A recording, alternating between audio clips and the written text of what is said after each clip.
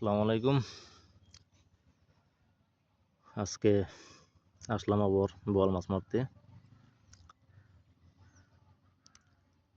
বাড়িতে কাজকর্ম নাই তো এই কারণে সময় কাটাই। নদীতে আসলাম বোয়াল মাছ মারতে, দেখি আল্লাহ যদি দেয় অবশ্যই আপনারা দেখবেন, দেখতে থাকেন।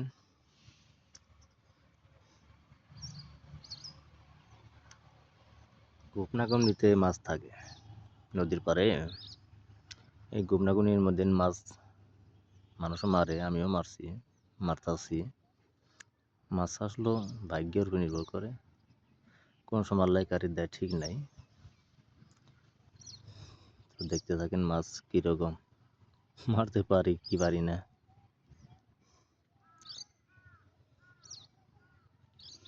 বোয়াল মাছ, রাকস মাছ সামনে পড়লে অবশ্যই খায়, মাছে আদার খায়।